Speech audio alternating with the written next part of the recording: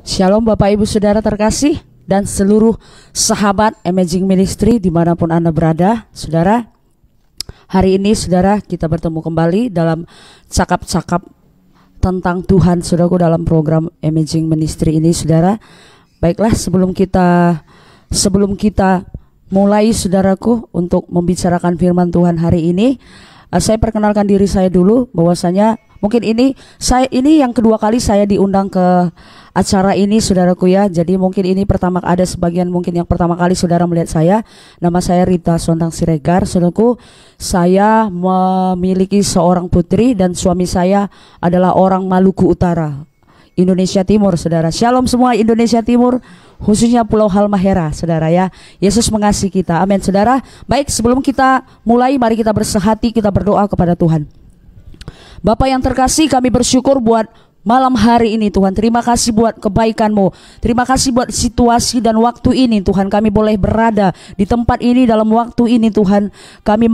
Kami seperti Maria yang duduk di bawah kaki-Mu Tuhan, mengambil bagian yang terbaik, yaitu mendengarkan Tuhan. Dan hari ini juga Tuhan, kami mau bertumbuh di dalam kasih karunia-Mu, bahkan juga dalam pengenalan kami akan Tuhan dan Juru Selamat kami, yaitu Yesus Kristus, yang baginya lah segala kemuliaan sekarang dan sampai selama-lamanya. Bapa, hamba-Mu berdoa, biarlah kiranya semuanya kami yang mendengarkan firman-Mu hari ini, jadikan mata hati kami terang Tuhan, supaya kami mengerti pengharapan apa yang terkandung dalam setiap panggilan yang Kau berikan kepada kami, dan betapa hebatnya kuasa-Mu bagi kami, sebab kami percaya Tuhan bahwasanya Kristus adalah kekuatan Allah dan hikmat Allah. Terima kasih, dan itu yang kami dengarkan pada malam hari ini. Diberkatilah seluruh sahabat Amazing Ministry dimanapun mereka berada Tuhan. Terima kasih, kami berikan hati kami untuk firman-Mu. Terpujilah nama-Mu Tuhan, haleluya, amin. Nah, shalom saudara, hari ini saudaraku sesuai dengan tema kita saudaraku, saya mau bawa topik firman Tuhan yaitu kekuatan kasih karunia, the power of grace saudaraku ya, kekuatan kasih karunia. Nah saudara, bahwasanya jalan masuk untuk memperoleh suatu kekayaan ilahi itu, pintu gerbangnya adalah kasih karunia. Amin saudara, kekayaan ilahi itu sangat penting karena bersifat kekekalan saudaraku ya. Banyak orang dunia mencari kekayaan dunia ini, dia bayar harganya dengan berbagai macam cara untuk memperoleh kekayaan dunia ini yang bersifat sementara. Kenapa kita anak-anak Tuhan tidak mencari kekayaan ilahi itu saudaraku? Hari ini jalan masuk untuk memperoleh kekayaan ilahi itu, pintu gerbangnya hanya satu saudara, yaitu kasih karunia. Sebagai ayat pembuka, mari kita buka dalam 2 Korintus 1 ayat 12. 2 Korintus 1 ayat 12. Saya baca kepada kita, perubahan dalam rencana Paulus, inilah yang kami megahkan, yaitu bahwa suara hati kami memberi kesaksian kepada kami bahwa hidup kami di dunia ini, khususnya dalam hubungan kami dengan kamu, dikuasai oleh ketulusan dan kemurnian dari Allah, bukan oleh hikmat dunia, tetapi oleh kekuatan kasih karunia. Nah, di sini saudaraku, Paulus berbicara kepada jemaat di Korintus saudaraku ya. Inilah yang kami megahkan. Kata megahkan di garis bawahi saudaraku, dan kata kesaksian di garis bawahi, dan kekuatan kasih karunia. Ini ada 3 poin yang mau saya jelaskan di sini saudaraku ya. Di sini dikatakan Paulus ini bermegah saudaraku. Ini adalah kemegahan kami. Bermegah itu adalah suatu perasaan yang sangat menyenangkan, dan itu membuat kita bangga saudara. Ini kemegahan daripada Paulus. Ada suatu perasaan bangga. Seperti saya berada di tempat ini saudaraku, saat saya berbicara tentang kasih Tuhan kepada saudara semuanya, para penonton yang ada di rumah, saya sangat bermegah saudara. Saya memiliki suatu perasaan yang sangat senang. Karena apa? Dan saya bangga karena saya bisa menceritakan tentang kasih Tuhan yang begitu luar biasa mengasihi kita. Amin saudara. Itu yang membuat Paulus bermegah, yaitu suara hati kami bersaksi. Suara hati kami bersaksi. Ada suatu kesaksian di dalam hati kita, di dalam hati Paulus. Firman Tuhan berkata ketika kita lahir baru, dalam Roma 8 ayat 1 sampai habis, di situ dikatakan hidup oleh roh. Bahwasanya ketika Anda lahir baru, maka Tuhan akan memberikan rohnya di dalam hidupmu, sehingga roh itu akan bersaksi dengan rohmu, bersama-sama mengatakan bahwasanya Anda dan saya adalah anak-anak Allah. Amin. Dengan bersama roh itu kita bisa memanggil ya Aba, ya Bapa. Itu bisa karena ada kesaksian roh di dalam dirimu saudara. Dan itu telah diberikan Tuhan bagi orang-orang yang percaya kepada Kristus. Nah, Kembali kita kepada kasih karunia. Kasih karunia pertama kali muncul saudaraku ya di kitab Kejadian 6 ayat 8. Jadi jangan katakan itu kasih karunia itu banyak berbicara di kitab Perjanjian Baru. Tidak. Awal pertama kasih karunia muncul itu terjadi dalam kitab Kejadian 6 ayat 8. Isinya berkata, tetapi Nuh mendapat kasih karunia di hadapan Allah. Kalau saudara baca kisah Nuh ini, ketika Tuhan menilik bumi, maka kecenderungan manusia itu berbuat jahat, sehingga Tuhan menyesal dan dia menghancurkan, memusnahkan bumi pada saat itu. Yang selamat hanya Nuh, 8 orang suruhku, anaknya, menantunya, istrinya, dan binatang-binatang yang dipilih Tuhan untuk diselamatkan. Selainnya semuanya terhukum oleh air bah. Jadi Nuh itu adalah pahlawan air bah, saudara. Kenapa dia mendapat kasih karunia? Dicatat bahwa dia bergaul karib dengan Tuhan, saudara. Sehingga kemarahan Tuhan ditumpahkan kepada seluruh bumi, hancur semua, saudaraku. Dia mendapat kasih karunia. Dan Anda hari ini, saya dan saudara mendapat kasih karunia karena segala dosa dan pelanggaran kita telah ditumpahkan kepada Kristus, supaya saya dan Anda hari ini ada di tempat ini, hidup dalam perjanjian kasih karunia. Amin. Nah, saya selamat usia saya 15 tahun. Ketika itu saya masih remaja, saya sekolah di SMA 4 Medan. Sebelumnya saya belajar tentang Islam, saudaraku. Orang tua saya tidak tahu itu. Saya belajar tentang Islam ini selama setahun. Saya nggak pernah sebut nama Yesus. Saya menyangkal Yesus. Saya tak pernah bilang Yesus itu Tuhan, saudaraku ya. Saya belajar agama sepupu kita. Nah, teman saya ini bersaksi. Nah, suatu saat saya bilang sama dia, aku senang lah setiap aku mendengarkan suara azan, aku damai hati saya. Karena di sekolah saya itu ada musola, di situ ada sholat, panggilan sholat untuk asar gitu, saudaraku ya, panggilan sholat begitulah. Lalu, kamu damai sejahtera nggak mendengarkan setiap azan mereka atau suara-suara panggilan sholat? Jawabannya dia bilang tidak. Karena saya memiliki Bapa di surga yang memberikan damai sejahtera di hati saya. Nah, ketika saya mendengarkan bahwasanya dia menyebut Bapa surgawi yang memberikan damai sejahtera, saya mulai melihat dia, sok kece kali dia ini ya, sok kompak kali sama Tuhan. Masa dia manggil Tuhan itu Bapa?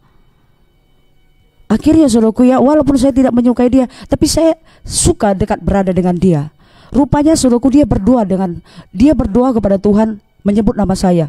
Makanya saya tahu itu waktu saya berkunjung ke rumahnya, saya berkenalan dengan kakaknya. Oh, namamu Rita Sonlang ya. Setiap pagi dia mendoakanmu 6 bulan. Dengan cucuran air mata dia selalu bilang, Tuhan selamatkan Rita Sonlang, tangkap hatinya, jamah hatinya, dan hari ini engkau diselamatkan. Oh ya, jadi 6 bulan dia berdoa untuk saya. Iya. Nah saudara, sejak itu dia mengajak saya ke gerejanya. Akhirnya saya mau, saudaraku, dibaptis. Saya mau diajari training firman Tuhan, saudaraku, apa yang dia katakan saya ikuti. Nah sejak itu saudaraku, ada satu kerinduan di hati saya membaca Alkitab, saudaraku ya. Dulu saya malas baca Alkitab. Saya simpan Alkitab di lemari dengan begitu bagus.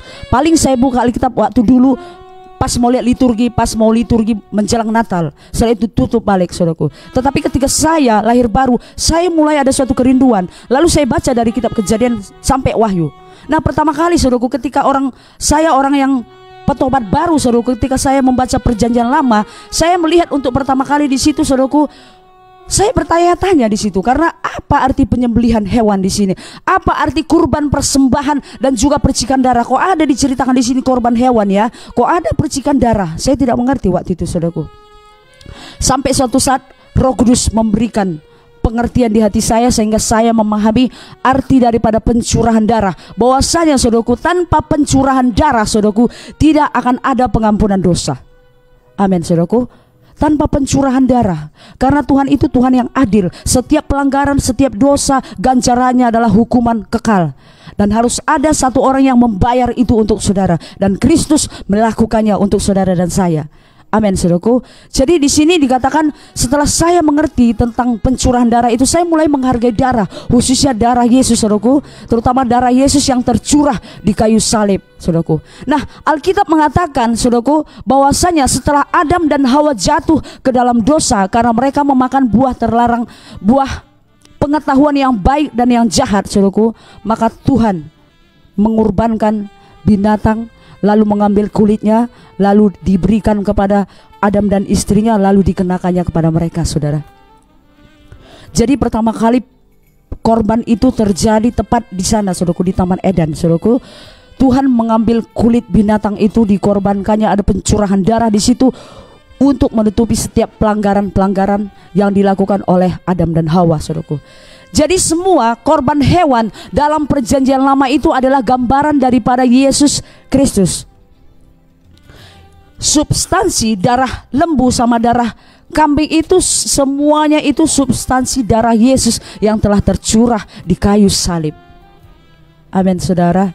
Itu semua ada artinya, tujuannya, saudaraku ya. Sama seperti Yohanes Pembaptis yang mengatakan, dia menunjuk kepada Yesus, lihat, dia adalah anak domba Bapa yang menghapus seluruh isi dunia ini. Yohanes Pembaptis mengumpamakan Yesus itu anak domba yang disembelih untuk menghapus seluruh dosa dunia. Bahkan Yohanes, murid Yesus yang dibuang ke pulau Patmos di kitab Wahyu, dia mendengarkan suara, lihatlah singa dari Yehuda. Ketika dia berlari, saudaraku, yang dia lihat adalah anak domba yang telah disembelih, saudara. Itu gambaran Kristus. Jadi di sini dikatakan, saudaraku, jadi segala sesuatu yang ada di Alkitab, baik itu dari kitab Kejadian sampai Wahyu, saudaraku, itu menunjuk kepada kematian Kristus di kayu salib. Dan pengorbanannya itulah sehingga kita boleh berada di dalam perjanjian baru, yaitu perjanjian kasih karunia hari ini. Kembali kita ke kasih karunia, saudara. Nah, kasih karunia itu bukan berbicara tentang kebaikanmu, bukan berbicara tentang perbuatanmu, bukan berbicara tentang kefasikanmu, kecakapanmu, saudaraku, segalanya yang baik dari dirimu. Tidak. Tetapi kasih karunia itu berbicara tentang kasih Kristus. Kasih Kristus itu bukan berbicara tentang kelemahan orang lain. Kasih Kristus berbicara tentang kebaikannya, bukan kelemahan orang lain, bukan dosa-dosa orang lain, saudaraku. Mengungkit-ungkit dosa masa lalu orang lain, itu bukan berbicara tentang kasih Kristus. Jadi ketika Anda berkata Anda berada dalam kasih Kristus, tapi suka mengungkit-ungkit dosa orang lain, saudaraku ya, itu perlu dipertanyakan. Ketika Anda berada dalam Kristus, yang ada hanya kebaikan. Amin, saudaraku. Karena segala sesuatu yang baik itu datangnya dari Tuhan. Amin. Jadi kasih Kristus itu adalah kemurahan Tuhan yang tidak diusahakan, tidak diupayakan, saudaraku. Seseorang yang tidak bekerja tapi diberikan oleh Tuhan. Kita tidak pantas menerimanya, tapi Tuhan memberikan itu. Kita tidak layak menerima itu, kasih karunia itu, tapi diberikan Tuhan. Jadi kasih karunia itu adalah pemberian, saudaraku ya. Inilah dia kekuatan kasih karunia, saudaraku ya.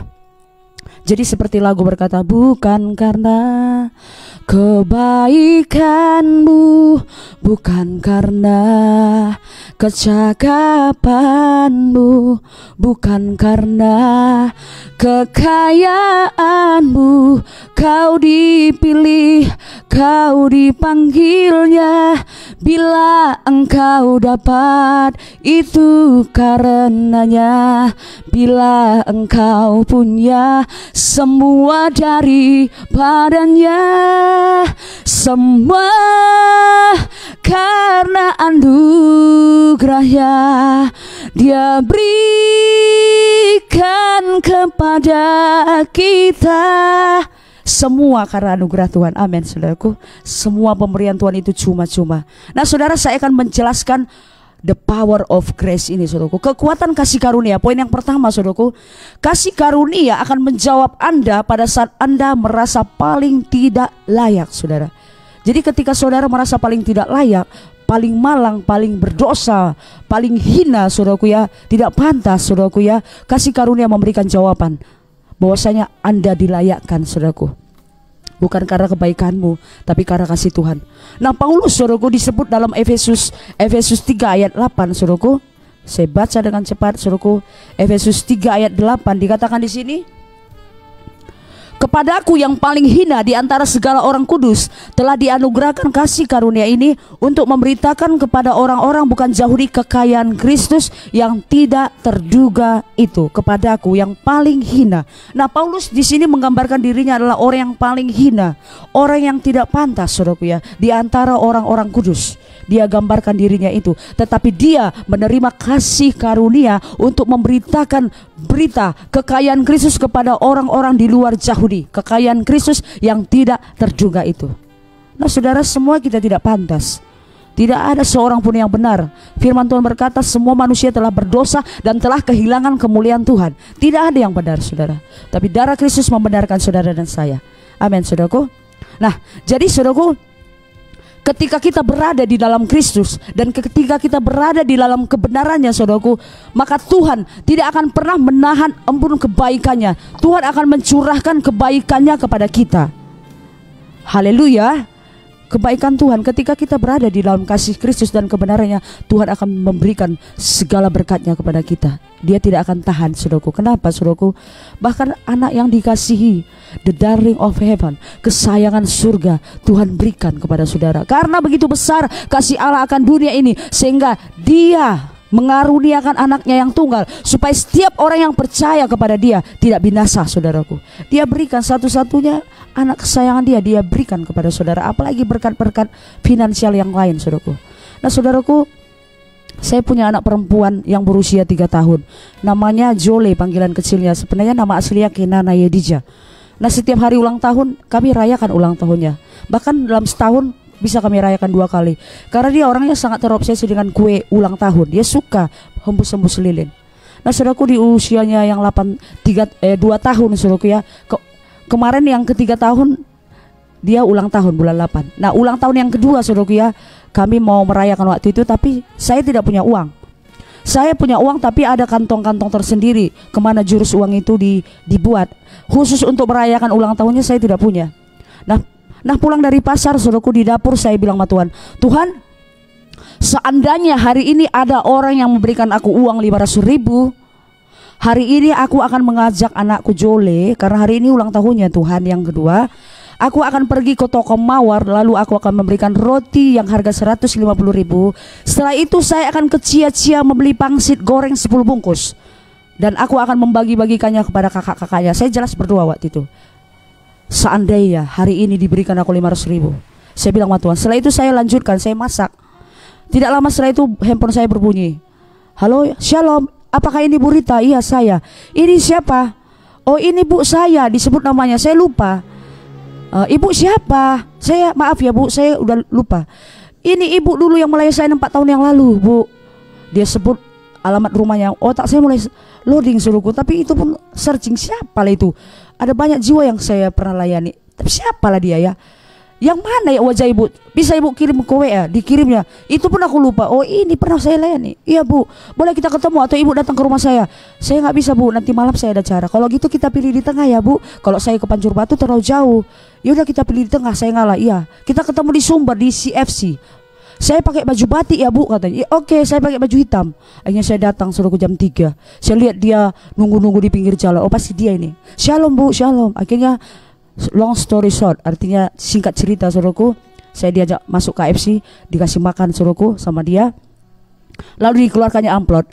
Ibu Rita, saya mau kasih ini, katanya. Saya kan terkejut juga.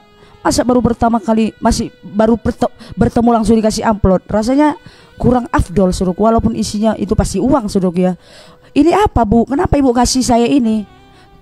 Saya udah lama mencari nomor handphone ibu. Saya sudah lama mencari-cari dan aku sudah dapat Bu. Dan ini sebenarnya mau aku kasih 4 tahun yang lalu, katanya suruhku ya. Bu, saya ikhlas melayani ibu waktu 4 tahun yang lalu. Saya nggak mengharap apa-apa Bu. Tapi hari ini saya disuruh Tuhan harus memberikan amplop ini kepada ibu. Terima. Tapi saya nggak terima. Saya letakkan uang itu di depan dia. Dia sedih, saudara ya. Saya lihat wajahnya, dia sedih. Tahu Bu, sejak ibu berdoa buat suami saya, anak-anak saya, semuanya kami baik. Kemarin ada masalah mereka, saudaraku. Rumah mereka diganggu oleh roh-roh jahat, sehingga suaminya itu ketakutan mati, nggak bisa tidur di rumah yang mewah itu, saudaraku. Akhirnya dibawa dia ke dokter, dokter cari penyakitnya nggak ada. Anak-anaknya pun ketakutan dan dia pun ketakutan. Lalu saya melayani keluarga itu, saya doakan suaminya, saya doakan anaknya, saya urapi rumahnya. Sejak dari situ clear semua, Ibu Rita. Dan sekarang hidup kami damai sejahtera. Suami saya sudah melayani pertua di GBKP, Ibu Rita. Haleluya, puji Tuhan. Dan sekarang anak saya udah lulus USU, Bu Rita. Dia bawa anak gadisnya. Dan sekarang saya memiliki kerinduan tentang Tuhan. Makanya saya mau kasih amplop ini Bu. Karena dia bilang disuruh Tuhan. Akhirnya saya lihat wajahnya, dia sedih karena saya menolak. Saya ambil amplop itu, saudaraku. Saya ambil. Baiklah Bu, karena ibu Ibu bilang tadi disuruh Tuhan, saya ambil ya Bu. Tuhan berkati. Sebelum bubar saudaraku, saya berdoa sama dia. Boleh saya berdoa untuk ibu? Boleh, dengan senang hati saya berdoa buat dia. Saudaraku, saya rangkul dia, saya perkatakan berkat kepada dia saudaraku. Lalu kami bubar. Nah di tengah jalan di angkot, saya duduk di angkot. Lalu Roh Kudus bilang, coba kau buka amplopnya. Lalu otak saya bilang, paling 200.000 itu Tuhan, paling 300.000, ngapain lah dibuka-buka. Coba kau buka Min, buka dulu, kata Roh Kudus. Baiklah, saya intip lah amplop itu. Apakah ada cek atau jangan-jangan cek pula ya 500 juta. Wah, sempat itu ada, oh my god, kaya lah aku. Akhirnya saya buka saudaraku amplop itu. Saya lihat warna biru 10. Berarti 10, 500.000 ya Tuhan. Iya. Oh, kau kan tadi berdoa tadi pagi, seandainya ada orang yang memberikan 500.000 hari ini, aku berikan. Hari ini pergilah kamu, pergi kau anakku ke toko mawar, berikanlah kue ulang tahun anakmu itu yang harga 150.000. Berikanlah belikan juga pangsit cia-cia itu, pangsit goreng 10 bungkus. Roh Kudus bilang seperti itu. Saya senang sampai di rumah saudara. Pak, saya bilang sama Ongen, suami saya. Apa? Ayo mandi. Kenapa? Kita ke toko mawar. Kenapa Ma? Katanya, kita mau beli apa ulang tahun Jole. Ada rupanya uangmu. Ada. Aku tadi disalamkan ibu-ibu. Akhirnya dia mandi, kami berangkat ke toko mawar sama anak saya Jole. Jole, silakan kamu pilih mana kamu suka. Lalu dia pilih kue kesukaan dia yang ada prinsesnya itu saudaraku, harga 155.000. Bungkus saja Mbak. Dibungkus saudaraku, saya ambil topi-topinya, kami rayakan, kami pesan pangsit cia-cia 10 bungkus saudaraku, saya bagi sama kakak-kakaknya. Dan itu adalah ulang tahun yang paling terindah buat Jole saudaraku ya. Mungkin itu kecil bagi saudara 500.000, tapi bagi Jole itu besar. Dan kemarin ulang tahun yang bulan kemarin yang ketiga, dia juga dapat berkat dari Jerman, sehingga kami merayakannya lagi. Selalu ada berkat Tuhan. Tuhan akan melimpahkan berkatnya ketika Anda berada di dalam kasih dan kebenarannya. Amin saudaraku. Itu kebaikan Tuhan saudaraku. Jadi saudaraku, saya percaya saudaraku, semakin Anda sadar akan kebenaran Tuhan, semakin akan sadar akan kebaikan Tuhan dalam hidup saudara, maka Tuhan akan banyak mencurahkan kemurahan Tuhan yang akan Anda alami saudara. Janganlah sadar akan dosa-dosa saudara, sadarlah akan kebaikan Tuhan, maka kemurahan Tuhan akan dilimpahkan dalam hidup saudara. Amin. Hidup kita akan melimpah di dalam Tuhan. Nah saudara, ketika saudara mendengarkan suatu diskualifikasi ataupun suara si pendakwa yang mengatakan, mengingatkan saudara tentang dosa-dosa saudara, bahwasanya kau adalah seorang pencina, kau adalah seorang terlibat dalam percabulan, kau tidak pantas, kau koruptor, kau pembohong, kau tukang selingkuh, kau tidak pantas. Mungkin itu suara diskualifikasi kepada saudara tentang dosa-dosa saudara. Saudaraku, ketika itu datang saudaraku, itulah waktu yang tepat saudara datang berpaling kepada Kristus dan saudara mendengarkan suaranya. Suaranya yang membuat Anda memenuhi syarat saudaraku. Jadi ketika Anda didiskualifikasi oleh si pendakwa, jangan melarikan diri dari hadapan Tuhan. Datang pada Tuhan saudaraku, percaya pada Tuhan, berpaling pada Kristus. Itu adalah namanya perjuangan iman saudaraku, perjuangan iman yang benar. Jadi perjuangan iman itu adalah berjuang untuk percaya bahwa Anda menjadi benar oleh iman, bukan karena perbuatan saudara saudaraku. Jadi perjuangan iman itu adalah kebenaran karena kepercayaan kepada Kristus. Perjuangan iman itu adalah kebenaran yang Tuhan anugerahkan berdasarkan iman, bukan kebenaran sendiri karena menaati hukum Taurat saudaraku ya. Tidak. Jadi kebenaran Anda itu sedang ada di mana saudaraku? Di Alkitab dicatat bahwa saya ada dua kebenaran saudaraku. Yang pertama saudaraku, kebenaran yang datang dari ketaatan Anda dan Anda berusaha sendiri untuk mencapainya. Artinya kebenaran itu dari diri Anda sendiri dengan kekuatan Anda sendiri. Nah yang kedua, kebenaran yang datang dari iman kepada Yesus Kristus. Di mana saudara membangun dasar hidup saudara? Di kebenaran mana saudara membangun dasar hidupmu? Apakah engkau membangun dasar hidupmu di Gunung Sion ataupun di Gunung Sinai saudara? Ada dua pilihan. Firman Tuhan ada dua pilihan saudaraku. Kebenaranmu di mana saudaraku? Di Gunung Sion atau di Gunung Sinai? Kalau saya saudaraku, saya memilih dasar kebenaran firman Tuhan, dasar hidup saya di Gunung Sion. Karena di Gunung Sion berkat kehidupan tercurah untuk selama-lamanya. Gunung Sinai itu berbicara tentang hukum Taurat, apa yang kau lakukan. Kalau saudara lihat kisahnya saudaraku, ketika Musa membawa orang Israel eksodus dari Mesir menuju tanah perjanjian, sekitar ada 2 juta bangsa Israel keluar dari Mesir, saudaraku. Apa yang terjadi? Ketika mereka sampai di tanah Mesir, di Gunung Sinai, mereka mulai bersungut-sungut. Mereka mulai mengatakan kepada Tuhan, Tuhan, kami sudah bosan dengan kebaikan-Mu. Mulai hari ini berkati kami, hukum kami. Jangan berdasarkan kebaikan-Mu, tetapi berdasarkan ketaatan kami. Berkati kami berdasarkan ketaatan kami, hukum kami berdasarkan ketaatan kami. Sejak itu hukum Taurat diturunkan, saudaraku. Apa yang terjadi? Tak seorang pun yang berhasil melakukan hukum Taurat, karena standar hukum Taurat itu sangat tinggi. Tak seorang pun, hanya Yesus yang bisa melakukan itu dalam dirinya, saudara. Dan itu dilakukannya untukmu. Nah, yang terjadi, seluruh bangsa satu angkatan itu tewas di padang gurun. Tidak ada yang sampai ke tanah perjanjian kecuali Kaleb dan Joshua. Kenapa mereka sampai yang dua ini? Karena mereka memiliki jiwa yang berbeda, saudaraku. Alkitab mencatat mereka memiliki jiwa yang berbeda karena mereka bersandar pada kebaikan Tuhan, bukan pada kekuatan mereka sendiri. Perhatikan, saudaraku ya, mereka gagal. Jadi bangunlah hidup saudara di atas Gunung Sion, di atas batu karang yang teguh, yang tidak bisa seorang pun menggoncangkannya. Alam maut sekalipun tidak akan bisa menggoncangkan dasar hidup saudara, batu karang itu. Amin, saudaraku. Itulah kebenaran kita hari ini yang diberikan oleh Tuhan. Nah, yang kedua, saudaraku, kekuatan daripada kasih karunia. Yang kedua yaitu kasih karunia akan menuntun orang kepada pertobatan yang sejati, transformasi dari dalam, saudaraku ya.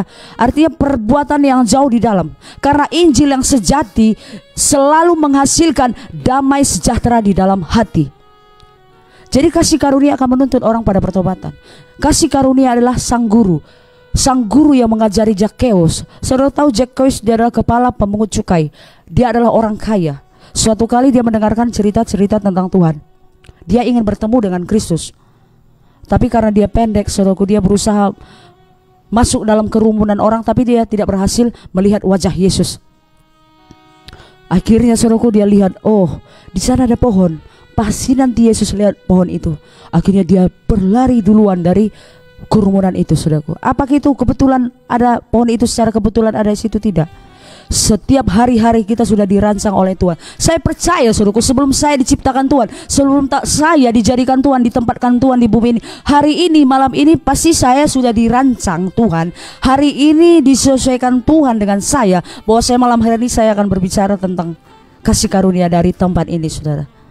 Jadi tidak ada kebetulan, saudaraku. Semua hari-hari sudah dibentuk Tuhan pas dengan dirimu. Saya percaya pohon itu sudah ditentukan dari awal akan ada berdiri di situ. Sebab Tuhan sudah dilihat bahwa saya ada satu kerinduan ingin berjumpa dengan Yesus, nama Zakheus yang pendek, dan perlu pohon ini ditumbuhkan Tuhan di situ. Saudaraku, apa yang terjadi ketika Yesus melewati pohon itu, saudaraku? Yesus nggak sibuk dengan sekeliling, langsung dia melihat ke atas pohon. Zakheus, turunlah, hari ini aku akan bermalam di rumahmu. Aku akan datang di rumahmu hari ini. Saudaraku tahu, Zakheus senang, saudaraku. Dia sangat senang. Yang dia nanti-nantikan, yang dia ingin jumpa hari ini akan tinggal di rumahnya, saudaraku ya. Hari ini akan bermalam di rumahnya, saudaraku. Dia senang. Dan banyak orang bersungut-sungut, apa pula Yesus itu? Kenapa pula dia berada di rumah orang kepala pemungut cukai, orang berdosa itu? Banyak orang gak menyukai Zakheus, tapi Yesus ada di situ, saudaraku, di rumahnya. Nah, apa yang terjadi dengan Zakheus, saudaraku? Ketika Yesus melimpahi dia dengan kasih karunia, terjadi transformasi dalam diri Zakheus. Apa yang dikatakan? Tuhan, aku akan menjual seluruh harta milikku. Karena dia orang kaya, saudara. Aku akan menjual separuh harta kekayaanku, dan aku akan membagi-bagikannya kepada orang miskin. Dan seandainya aku ada menipu orang lain, aku akan membayarnya 4 kali lipat. Lihat, saudaraku, ekspresi kasih karunia, kemurahan itu mengalir, saudaraku ya, dari hidup Zakheus ketika dia dilimpahi kasih karunia. Sehingga Yesus berkata, hari ini keselamatan telah terjadi di rumah ini karena dia ini juga adalah anak Abraham.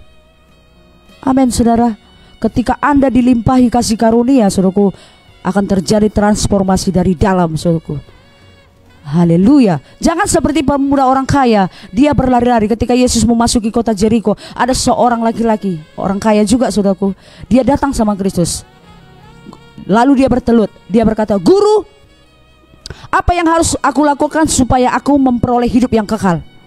Lalu Yesus berkata, "Tentunya kamu pasti tahu apa itu perintah Tuhan. Iya guru, jangan mencuri, jangan menzina, jangan menyembah berhala-berhala, jangan mengingini sesamamu, istri sesamamu. Guru, waktu muda udah kulakukan semua itu, seluruh hukum Taurat waktu muda sudah kulakukan. Lalu Yesus memandang dia dan Yesus menaruh belas kasihannya. Hanya satu kekuranganmu. Apa itu guru? Juallah seluruh harta kekayaanmu, bagi-bagikan kepada orang miskin, setelah itu datang kemari ikut saya. Waktu dia bilang harta kekayaannya jual, dia kecewa, dia sedih saudara, karena banyak hartanya. Di mana hatimu berada saudaraku? Di mana kekayaanmu berada? Pasti hati seseorang di situ. Ketika engkau menjadikan Yesus Kristus adalah kekayaanmu, hatimu pasti kepada Kristus. Lalu dia pergi, dia meninggalkan kasih karunia yaitu Yesus Kristus. Dia pergi saudaraku, karena berat kali rasanya untuk meninggalkan, menjual hartanya itu. Lihat saudaraku, ada perbedaan dua orang di sini. Ketika seseorang dilimpahi kasih karunia, maka dia menjual hartanya. Itu kemurahan mengalir. Saudaraku tahu, ketika kita ada dalam kasih karunia, Tuhan akan mengajari saudara berbuat baik. Dalam Titus 2 dikatakan kasih karunia akan mengajari engkau beribadah, akan mengajari engkau berbuat baik. Itu otomatis karena buah itu buah roh, itu bukan buah saudara saudaraku. Ketika buah roh itu dimunculkan lalu saudara berbuat baik, itu artinya ekspresi kasih karunia, kebaikan Tuhan sedang berbuah dalam diri saudara. Amin saudaraku. Semua dikomplitkan Tuhan. Jadi ada dua di sini orang yang mengalami satu orang yang bertobat, satu orang yang pergi kecewa. Jadi saudaraku, yang membuat seseorang itu bertobat ketika dia dilimpahi kasih karunia. Jadi bukan khotbah yang berapi-api tentang penghukuman Tuhan akan membuat seseorang bertobat, tetapi ketika kita memperlihatkan kasih Tuhan, maka orang tersebut pasti bertobat. Amin saudaraku. Sama seperti perempuan yang berzina. Apakah Yesus menghukum? Tidak. Seluruh hukum Taurat ahli Farisi, Tuhan, kau tahu hukum Taurat, orang yang berzina harus dirajam dengan batu sampai mati. Apakah Yesus ikut menghukum? Tidak. Siapa yang pertama kali tidak berdosa, silakan dia lempar perempuan ini. Tak seorang pun yang berani karena semua orang berdosa. Apakah Yesus memandang perempuan itu dengan tatapan yang tajam? Semua orang memandang perempuan ini dengan tajam. Cih, najis ya, iis, memalukan. Tapi Yesus tidak memandang perempuan, dia hanya mencatat-catat di tanah saudaraku. Karena tatapan yang tajam juga menusuk hati, ya kan saudaraku. Ada orang gak berbicara tapi matanya bisa menusuk dan itu menghancurkan hati.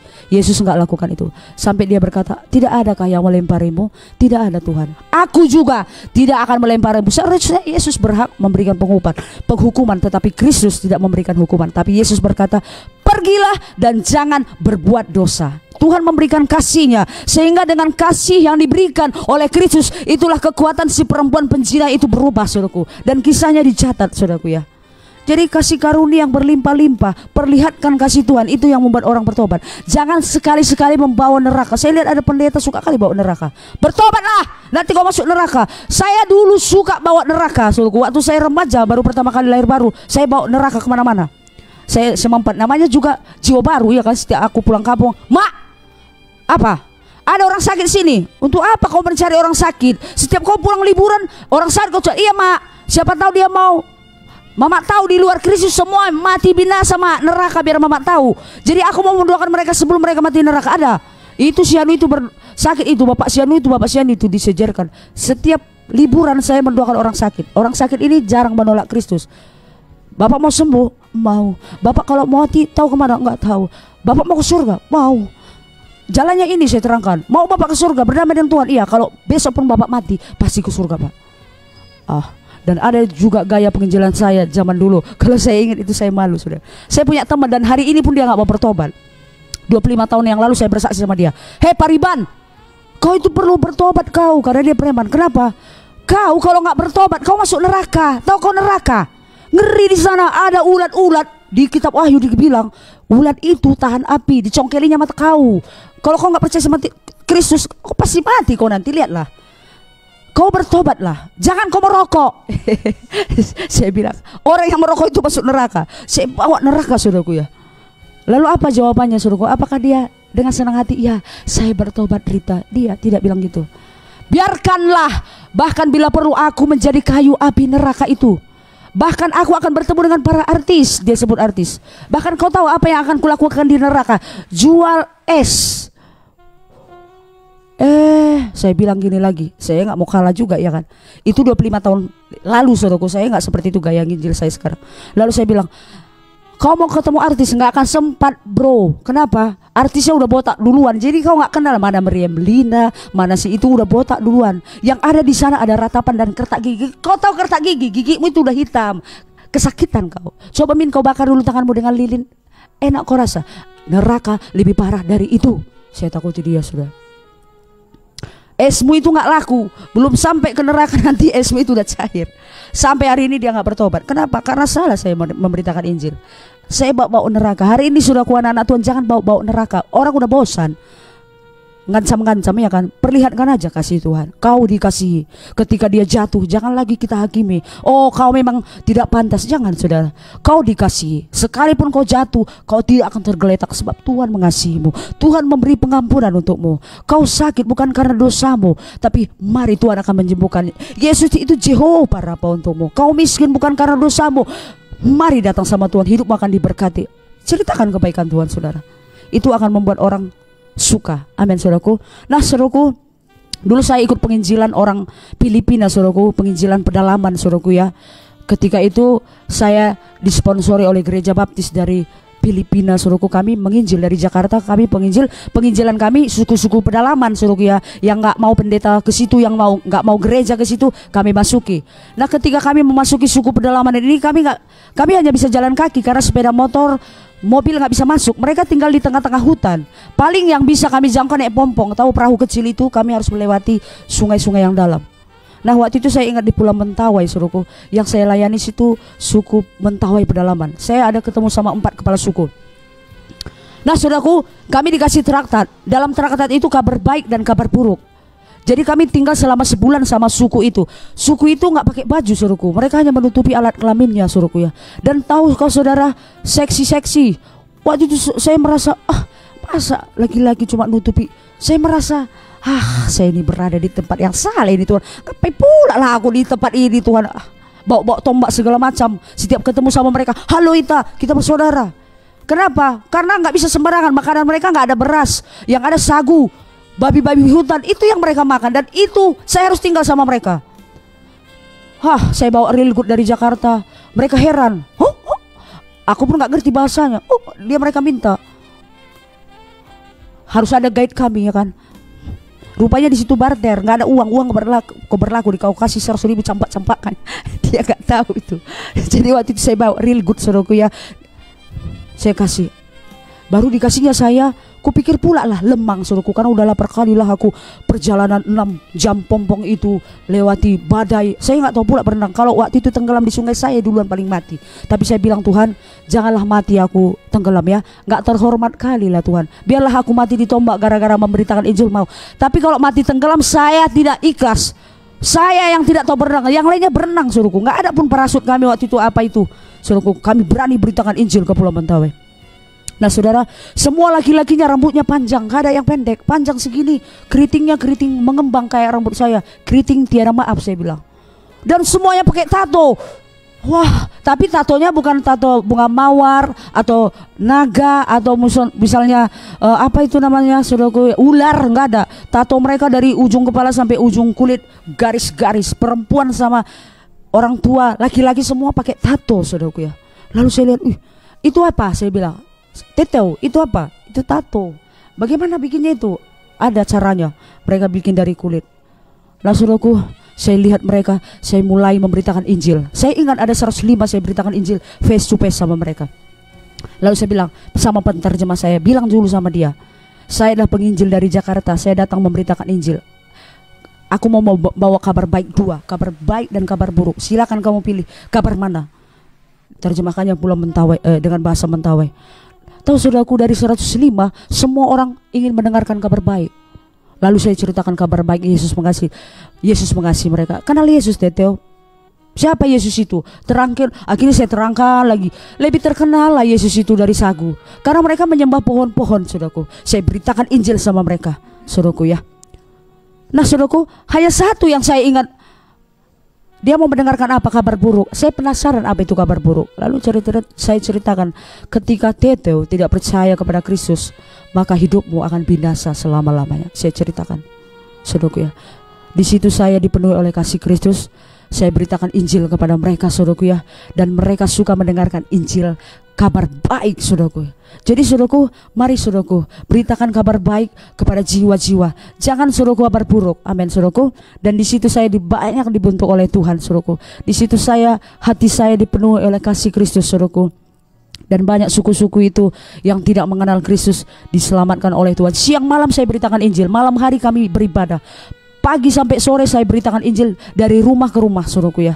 Saya beritakan Injil kepada mereka. Terkadang ketika saya memberitakan Injil, saya melihat istrinya melahirkan. Gak ada bidan, saudaraku, di sana. Jadi siapa yang membantu melahirkan? Datang suaminya dengan ketawa. Saya, katanya. Jadi bapak suaminya, bapak yang membantu ibu melahirkan. Ya, dia bilang, saudaraku. Wah, luar biasa, suaminya yang membantu mereka melahirkan. Bayi mereka lahir gak ada minyak telon, saudaraku ya, supaya nggak digigit nyamuk. Semua alami, ada kekuatan baru diberikan Tuhan sama mereka. Rumah mereka nggak ada dindingnya, semua angin berhembus dari utara mengelilingi kita, saudaraku ya. Tapi kita sehat, mereka sehat dibuat Tuhan. Ada suatu kekuatan yang luar biasa dalam tubuh mereka diberikan Tuhan. Dan puji Tuhan, saudaraku, mereka suka mendengarkan kabar baik. Banyak orang suka mendengarkan kabar baik. Jadi hari ini, saudaraku, beritakanlah kebaikan Tuhan. Jangan selalu membawa neraka-neraka, ngancam-ngancam orang, saudaraku, karena itu sangat menjengkelkan, saudaraku ya. Perlihatkan kasih Tuhan, perlihatkan kebaikan Tuhan, maka orang akan datang pada Tuhan. Nah, yang terakhir, saudaraku, kekuatan kasih karunia. Kekuatan kasih karunia yang ketiga, saudaraku, poin yang ketiga, bahwasanya di dalam kasih karunia jawaban doa itu hanya satu. Yes. Tuhan gak pernah bilang jawaban doa itu ada 3. Ya, tunggu, tidak. Gak ada dicatat di Alkitab. Semua jawaban doa itu adalah ya. Mari kita baca terakhir, ini ayat terakhir. Tapi saya tidak akan membahas ini lebih dalam, karena saya guru ketiga saya nanti akan membahas ini ketika dia diundang nanti sekali lagi ke Amazing Ministry ini, saudara. Mari kita baca 2 Korintus. Ini ayat terakhir, saudara. 2 Korintus 3 ayat 19, saya baca. Karena Yesus Kristus anak Allah yang telah kami beritakan di tengah-tengah kamu, yaitu olehku dan oleh Silwanus dan Timotius, bukanlah ya dan tidak, tetapi sebaliknya, di dalam dia hanya ada ya. Sebab Kristus adalah ya bagi semua janji Allah. Itulah sebabnya oleh dia kita mengatakan amin untuk memuliakan Allah. Jadi seluruh jawaban orang yang hidup di dalam kasih karunia, jawabannya hanya satu, ya. Apapun doa saudara itu, jawaban Bapa itu adalah ya, saudaraku. Masa gitu? Banyak doaku nggak dijawab Tuhan. Coba cek dulu apa doa saudara diselaraskan dengan kerajaan Tuhan. Kalau itu diselaraskan dengan kehendak Tuhan, itu jawabannya adalah ya. Doaku juga supaya orang tuaku diselamatkan, supaya orang tuaku sembuh, kenapa belum dijawab? Mungkin saudara nggak tahu mencari alamat doa itu di mana, saudaraku. Saudara harus tahu alamat doa itu di mana, saudaraku ya. Tapi ini nggak saya akan bahas tuntas lebih dalam, saudaraku. Nanti ini akan dibahas oleh guru ketiga saya nanti, saudara. Jadi hanya ini yang perlu saya sampaikan, saudaraku, bahwa saya kasih karunia itu jawaban doa kita yang hidup di dalam kasih karunia itu adalah iya. Artinya tidak ada penolakan terhadap saudara dan saya, ada penerimaan yang kuat. Oleh karena itu, saudaraku, mari hampiri tahta kasih karunia Tuhan dengan penuh keberanian. Ketika kita menghampiri tahta kasih karunia Tuhan, kita akan mendapatkan pertolongan tepat pada waktunya. Amin, saudaraku. Haleluya, saudaraku. Jadi inti daripada kasih karunia di sini adalah belas kasihan dan pengorbanan dan pengampunan Tuhan. Demikianlah sharing firman Tuhan kita pada hari ini, saudara. The power of grace, saudaraku. Saya percaya ada 3 tadi saya kasih poin, bahwasanya kekuatan kasih karunia itu, bahwasanya kasih karunia akan menjawab Anda di saat Anda merasa paling tidak layak.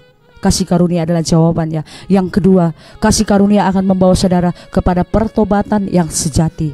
Dan yang ketiga, kasih karunia, di dalam kasih karunia jawaban terhadap setiap doa kita, jawabannya cuma satu, yaitu ya. Lalu kita mengatakan amin. Haleluya. Demikian firman Tuhan kita. Mari kita bersatu di dalam doa. Bapa, satu kesukaan bagi kami sangat bersyukur karena hari ini kami boleh mendengarkan kekuatan kasih karuniamu yang dicurahkan dalam hidup kami, Tuhan. Engkau telah memberikan kasih karuniamu oleh-Mu Tuhan. Terima kasih Tuhan, di dalam Yesus kami bersyukur dan kami berdoa. Haleluya. Shalom saudaraku, demikianlah sharing firman Tuhan kita hari ini. Tuhan Yesus memberkati, kita bertemu di waktu yang akan kembali. Yesus memberkati kita semuanya. Haleluya. Amin.